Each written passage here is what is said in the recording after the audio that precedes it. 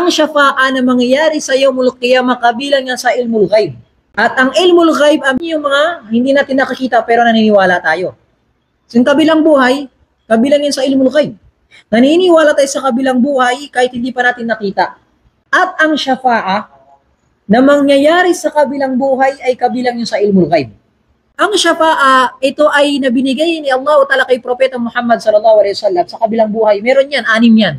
Nabinigay ni Allah, pinahintulot ni Allah Ta'ala kay Propeta Muhammad sallallahu alaihi wasallam. Sa kabilang buhay, kapag babangunin na ni Allah Ta'ala lahat ng mga nilalang, kapag naganap ang yawmul qiyamah, patayin ng Allah Ta'ala lahat ng mga nilalang. Nandun na yung nafqatus sur, yung pag-ihip ng trompeta ni Israfil, utusan ni Allah Ta'ala. Unang pag-ihip, yung papatayin ng Allah Ta'ala lahat. Tapos ikalawa, yung babangunin ni Allah Ta'ala lahat ng nilalang, bubuhayin ulit sila. Hanggang sa maraming mga ganap ng yawmul qiyamah, at kabilang dito sa mangyayari sa yawmul qiyamah, yung lahat ng mga nilalang sa yawmul qiyamah ay mag-aantay sila sa kabilang buhay na hahatulan sila ng Allah Ta'ala. Antayin nila yun. Ilang libong taon yun, hindi maghahatol ang Allah Ta'ala kasi galit na galit ang Allah Ta'ala. Meron sa kabilang buhay, ito mga namatay sa digmaan, mga syahid, ito namatay sa Hajj, ito naman nalulunod sa kanyang kasalanan. Ito iba't iba yung sitwasyon sa kabilang buhay. At lahat yun ay mag-aantay sila, hatulan sila ng Allah Ta'ala at walang may kakayanan na lumapit kay Allah Ta'ala sa yawmul qiyamah. At binanggit sa hadith na yun, ang mga tao ay darating sila kay Adam. Ya Adam, si Allah Ta'ala ay galit ngayon. Pero kung maaari lang maghimi kami ng syafa'a sa'yo para mag-request kay Allah Ta'ala, hatulan na tayo ngayon. Hindi ko ba nakikita yung sitwasyon natin ngayon? Sabi ng Adam a.s. pumunta kayo kay Nuh a.s. Innahu kana abdan syakura. Tapos sabihin ni Nuh, pumunta kayo kay Ibrahim. Tapos si Ibrahim, punta kayo kay Musa. Tapos si Musa, sabihin punta kayo kay Isa a.s. Tapos sabihin ni Isa a.s. punta kay Propeta Muhammad. At yun ang tinukoy ni Allah Ta'ala sa Suratul Isra, asa ayab'athaka rabbuka maqaman mahmuda. Si Propeta Muhammad sallam, ang papahintulutan ni Allah Ta'ala na makapagbigay ng syafa'a para sa mga tao na para hatulan na sila ng Allah Ta'ala. Kaya sabi ng Allah Ta'ala sa kanya, Sal tu'ta. Ya Muhammad, sabihin mo yung kailangan mo ay pagkakaloob ni Allah Ta'ala sa'yo. At yun, ang request ni Allah Ta'ala, hatulan na ang mga tao sa yawmul qiyamah. Yun yung unang-unang syafa'a na biyana mangyayari sa kabilang buhay. Ikalawang syafa'a, yung pagpasok ng mga mananampalatay ng mga Muslim sa Jannah. Sa Jannah sa kabilang buhay. At ang unang-unang darating sa gate ng paraiso, sa pinto ng paraiso, si Propeta Muhammad sallallahu alaihi wasallam. Walang unang makakapasok doon. At kaya nga sabi ni Propeta Muhammad sallallahu alaihi wasallam, "Waati babel jannah." Ako ay darating sa pinto ng paraiso. At sasabihin ng paraiso na yun, manan, sino ka? Sasabihin si Propeta Muhammad, sabi ng paraiso na yun, na pagkautusan ako, nabubuksan ko ang paraiso sa iyo at hindi ko nabubuksan kahit kanino mga propeta sa mga nauna sa iyo, maliban sa iyo lamang. Yun yung ikalawa na syafa'a na pinahintulot sa kanya ni Allah subhanahu wa ta'ala. Ikatlong syafa'a, ito yung syafa'a ni Propeta Muhammad sallallahu alaihi wasallam sa kanyang tito na si Abu Talib. Si Abu Talib kasi, nakapatid ng kanyang tatay, nung nabubuhay pa si Propeta Muhammad sa Makkah, hindi siya naniwala. Hindi siya Muslim. Pero pinagtanggol niya si Propeta Muhammad sallallahu alaihi wasallam. Nung nagdada'wa siya, si Propeta Muhammad sa Islam, kanyang tinulungan.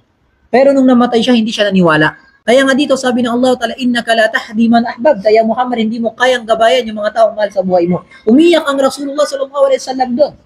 Hanggang sa nag-request siya kay Allah Ta'ala na kung maaari na siya ay makapasok ng paraiso.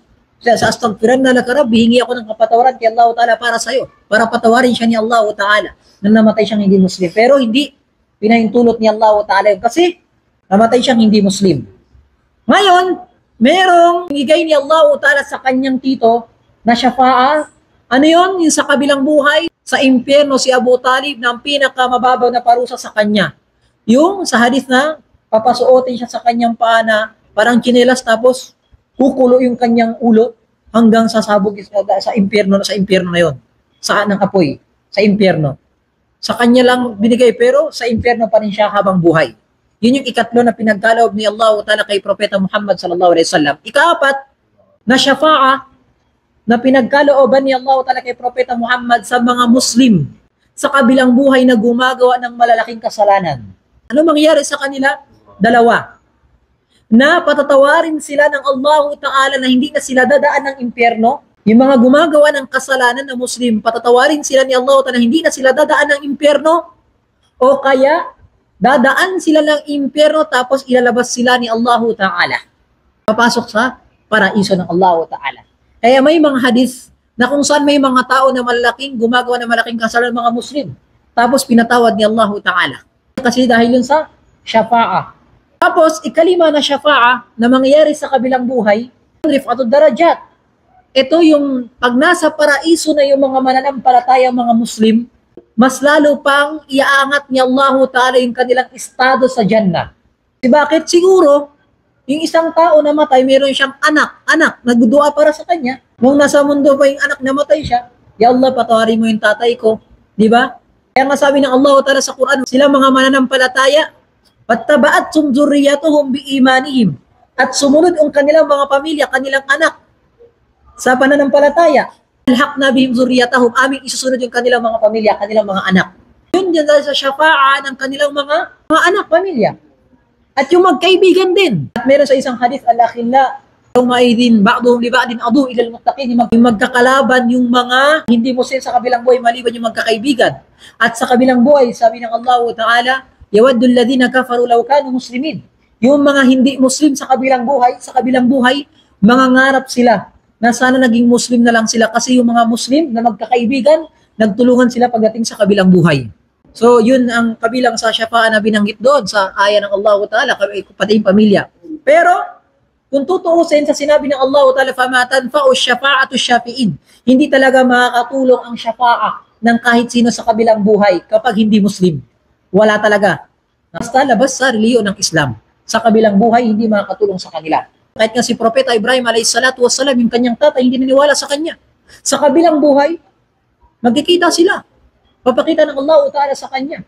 Pero itatapon ng Allah Ta'ala sa harap niya. Sa impyerno ang kanyang tatay. Hindi makatulong sa kanya. Kasi bakit wala yung pananampalataya, yung iman. Number 6, yung syafa'ah ng Ashabul A'raf. Ang Ashabul A'raf, sila yung mga tao sa A'raf, sa kabilang buhay, istawat hasanatuhum, yung kabutihan pati yung kasalanan nila nagpantay. Diba sa kabilang buhay, wa nada'ul mawazina bil qist. At namin titimbangin ang inyong mga gawain sa kabilang buhay, sa timbangan ng makatarungan. Diba sabi ng Allah Ta'ala sa suratul Qari'ah, "Fa'amma man thaqulat mawazinu." Kapag bumigat yung timbangan, fa huwa fi 'ishatir radiyah. Pero kapag mababa yung timbangan mo, magaan lang sa kabutihan mo, mas mabigat yung kasalanan mo, posible makapasok ka sa impyerno. Kapag malaking kasalanan mo, Muslim ka, baka posible makapasok ka sa impyerno sa nagawa mong malaking kasalanan, nakadepende sa kasalanan mo. Tama? Pero ang Ashabul A'raf, sa kabilang buhay, sila yung nagbalanse yung kabutihan nila pati kasalanan nila. Sabi ng Allah Ta'ala sa suratul A'raf, "Wa 'alal a'raf rijalun ya'rifuna kullam bisimahum." At yung mga Ashabul A'raf sa kabilang buhay, anong gagawin nila? "Wanadaw ashabal jannah." Kapag nakita nila yung mga papakita sa kanila yung mga taga-ashabul jannah, mga taga-paraiso sa kabilang buhay, ay kanilang tatawagin. "An salamun alaikum." Ay kapayapaan, salam sa inyo mga taga-paraiso. Pero sabi ng Allah Ta'ala, "Lam yadkhuluha wa hum yatama'un." Pero hindi sila makapasok doon at gusto nila makapasok doon na. At sabi rin ng Allah Ta'ala, "Wa idha suripat absaruhum tilqa ashabin nar." At titingin naman sila sa mga taga-impyerno, qalu rabbana, ang sasabihin nila, "O aming Panginoon, la taj'al ma'al qawmi adh-dhalimin." Huwag mo kami ipabilang sa mga taong makasalanan, sa mga taong nakapasok ng impyerno, ya Allah. So sila yung mga Ashabul A'raf. Pero ang Ashabul A'raf na yun, kabilang sila sa tatamaan ng syafa'ah ng Rasulullah sallallahu alaihi wasallam. Na kung saan ang huling-huli ay sa pagitan ng sa awa ni Allah Ta'ala, ay papasukin sila ng Allah Ta'ala sa huling-huling pagkakataon sa paraiso ni Allah Subhanahu wa Ta'ala. So, sila yung tinatawag na Ashabul A'raf.